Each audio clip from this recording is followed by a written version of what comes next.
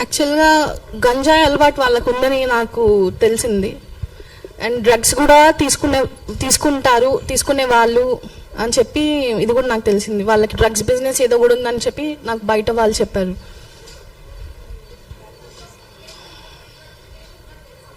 లేదు మ్యామ్, తెలీదు. అతను నాతోటే ఫస్ట్ మ్యారేజ్ అని చెప్పి తెలుసు.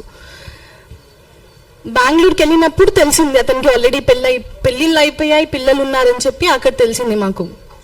అది కూడా పోలీస్ స్టేషన్లో కంప్లైంట్ ఇచ్చిన తర్వాత పోలీసులు ముందు ఒప్పుకున్నాడు అతను, అవును పెళ్ళి అయిపోయింది, మోసం చేశాను తినకని చెప్పి.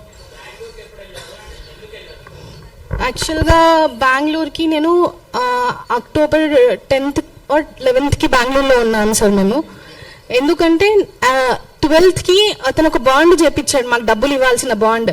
నేను వెళ్ళి డబ్బులు తీసుకొస్తాను అని చెప్పి అక్టోబర్ 9కి 11:30కి అలా వెళ్ళాడు. 11:30 AM వెళ్ళిపోయాడు. నైట్ 9:30 వరకు కూడా రాకపోయేసరికి నేను ఫోన్ చేశాను. నా ఫోన్ లేదు అప్పుడు, నా ఫోన్ అమ్మేసుకున్నారు వీళ్ళు. నా iPhones, iPads, Samsung ultra phones అవన్నీ ఉంటాయి, అమ్మేసుకున్నారు వాళ్ళు. ఇద్దరికి ఒకటే ఫోన్ అప్పుడు. నాకు ఏదైనా అవసరం పడితే అతని ఫోన్ నుంచి చేయాల్సి వచ్చేది. సో ఫోన్ చేస్తే ఫోన్ లేపలేదు. వేరే నంబర్ నుంచి కాల్ వచ్చింది నాకు 11:30 రాత్రి. నేను ఇలా చెన్నై బోర్డర్లో ఉన్నాను, నువ్వు అక్కడికి వచ్చేసే అని చెప్పి అన్నాడు. అసలు రీజన్ ఏంటని అడిగితే ఇలా మా మమ్మీ వాళ్ళు ఒప్పుకోవట్లేదు అని చెప్పి ఏదేదో చెప్పాడు. మనం వాళ్ళ దగ్గరికి వెళ్తే వాళ్ళు చంపేస్తారు మనల్ని అని చెప్పారు. అండ్ దాని తర్వాత కేరళలో ఉన్నానని చెప్పాడు. దాని తర్వాత బెంగళూరుకి వస్తున్నానని చెప్పి బెంగళూరు టికెట్ పెట్టాడు. బెంగళూరుకి వెళ్ళిన తర్వాత అతన్ని పోలీస్ స్టేషన్కి తీసుకెళ్తే అప్పుడు తెలిసింది అక్కడ ఆల్రెడీ పెళ్ళి అయిపోయింది, పిల్లలు ఉన్నారు అని చెప్పి.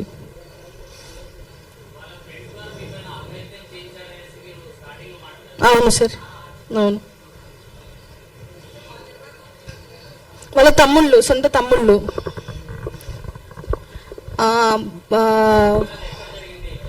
ఫస్ట్ బేగంపేటలో జరిగింది సార్, బేగంపేటలో జరిగింది. ఇలా ఫుడ్ తీసుకొని రమ్మన్నాడు, ఎవరు లేరు ఫ్లాట్లో. 10 minutes ఫ్లాట్ చూసి వెళ్ళని చెప్పి పిలిచాడు. దాని తర్వాత చూస్తే ఫ్లాట్లో అందరు బెడ్రూమ్లో అందరు బయటికి వస్తున్నారు, ఒక్కొక్కరు. దాని తర్వాత ఫోర్స్ చేసి ఏదో వాటర్ జ్యూస్ తాగిపించారు సార్ ఆ రోజు నాకు. అది తాగింది అయితే ఫస్ట్ అక్కడ అయింది. దాని తర్వాత కుందన్బాగ్లో ఫస్ట్ నైట్ రోజు అయింది సార్. పెళ్ళి అయిన రోజే సార్ ఆ రోజు. బేగంపేటలో జరిగింది, పెళ్లికి ముందు వాళ్ళే వచ్చారు మ్యామ్.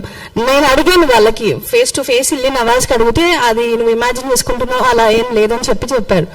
దాని తర్వాత పెళ్ళైన రోజు అడిగితే, పెళ్ళైన రోజు జరిగింది నేను అడిగిన నెక్స్ట్ డే అడిగితే, అవును అయితే ఏంటి ఇప్పుడు, నువ్వు ఎవరికైనా బయటికి చెప్తే మీ చెల్లిని ఇంకా మా మమ్మీని న్యాచురల్ డెత్ చేస్తారంట.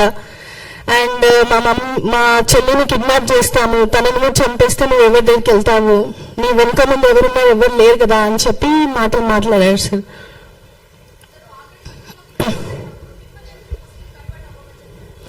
అదొక ప్లాన్ నాకు తర్వాత రీసెంట్గా మామ వాళ్ళని కలిసి సార్ వాళ్ళని కలిసిన తర్వాత అదొక ప్లాన్ అని చెప్పి నాకు అర్థమైంది.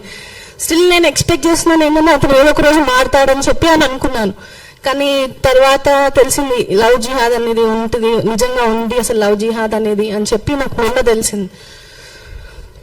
ఇలా అమ్మాయిలను ట్రాప్ చేయడము, దాని తర్వాత డ్రగ్స్ ఇస్తారో లేకపోతే అది వాళ్ళు, ఇది మోడర్న్ సొసైటీ నమ్మదు కదా, ఇది అన్ని వాళ్ళు మంత్రాలు చేస్తారు అది ఇది అని చెప్పి. సో అలాంటివి కూడా ఉన్నాయని చెప్పి నేను చెప్పాలనుకుంటున్నాను. తాయితులు అవి కట్టేవాళ్ళు సార్ నా చేతికి. ఇంకా బ్రేస్లైట్ ఒకటి ఇచ్చాడు మెయిన్, కలిసిన 2 daysకి, ఇది మీ చేతికి ఉండాలి ఎప్పుడు, ఇది తీయొద్దు అని చెప్పి అనేవాడు. తీస్తే మళ్ళీ తమ్ముడు వాళ్ళని ఇంటికి పంపించి మళ్ళీ ఆ బ్రేస్లైట్ తీసుకొని వచ్చేవాడు. సో అది అంత ఇంపార్టెంట్ ఏందో నాకు అర్థం కాలేదు అప్పుడు. దాని తర్వాత లేటర్ ఉన్నవన్నీ ఇప్పుడు ప్రెసెంట్ నా దగ్గర ఇంకా ఉన్నాయి అవన్నీ వాళ్ళు ఇచ్చినవి. కానీ అతను ఏదైతే ఇచ్చాడు పడేపించాడు నాకు. దర్గాకి డిసెంబర్లో తీసుకెళ్ళాడు కదా సార్, అప్పుడు ఆ బ్రేస్లెట్ పడేపించి ఇంకొక తాయితు కట్టిపించాడు నాకు.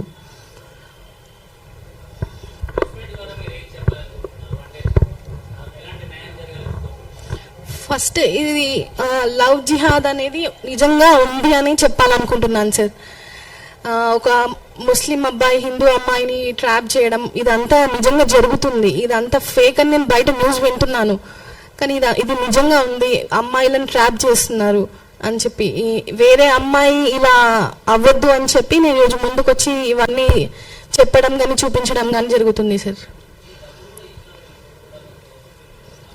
అవును సార్, ఫస్ట్ 16.7 lakhs బాండ్ చేయించారు వాళ్ళే.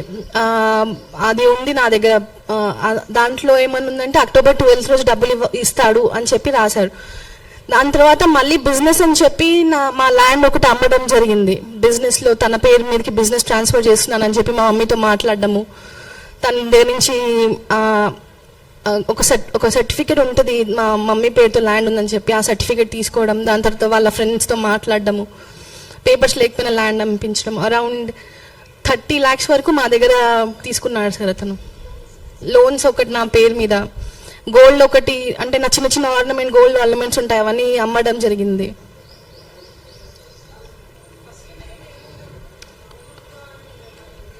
ఫస్ట్ మా షాప్కి రావడం అయితే నవాజ్ ఉంది మ్యామ్, నవాజ్. దాని తర్వాత నవదుర్గ లాగా మారాడని చెప్పి సర్టిఫికేట్ చూపించాడు. ఆ పేరు అంటే నవాజ్ అనే ఉంది అందులో, కానీ మారడం మాత్రం సర్టిఫికేట్ చూపించి ఇలా మారిపోయానని చెప్పి చెప్పాడు మ్యామ్.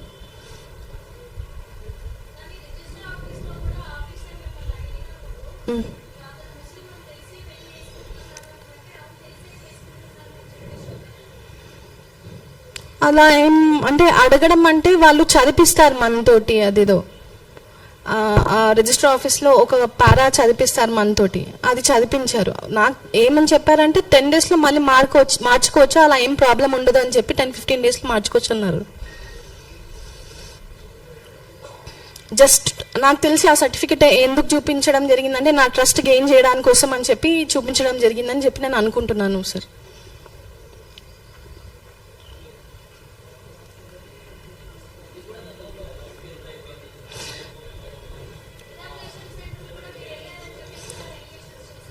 లవ్ ఫెయిల్యూర్, డిప్రెషన్ అనేది ఐ థింక్ ఆల్మోస్ట్ అందరి లైఫ్లో ఉంటుందని అనుకుంటున్నాను మ్యామ్. దానికి అలాంటి అలిగేషన్స్ పెట్టి ఇలా చేయొచ్చు అని చెప్పి అది ఎంత మాత్రం కరెక్ట్ కాదని నేను అనుకుంటున్నాను.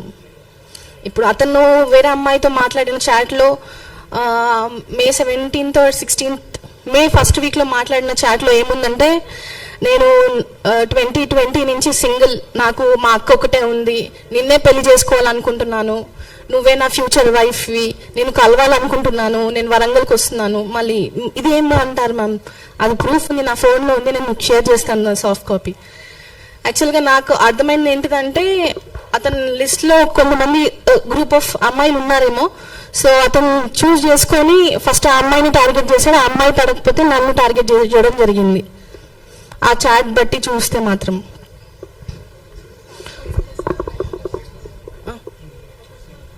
నేను సాఫ్ట్వేర్ డెవలపర్ని, నేను software engineer.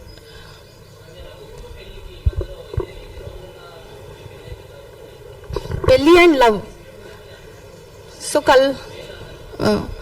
May 17th కలిసాను, May 17 రోజు కలిసాను.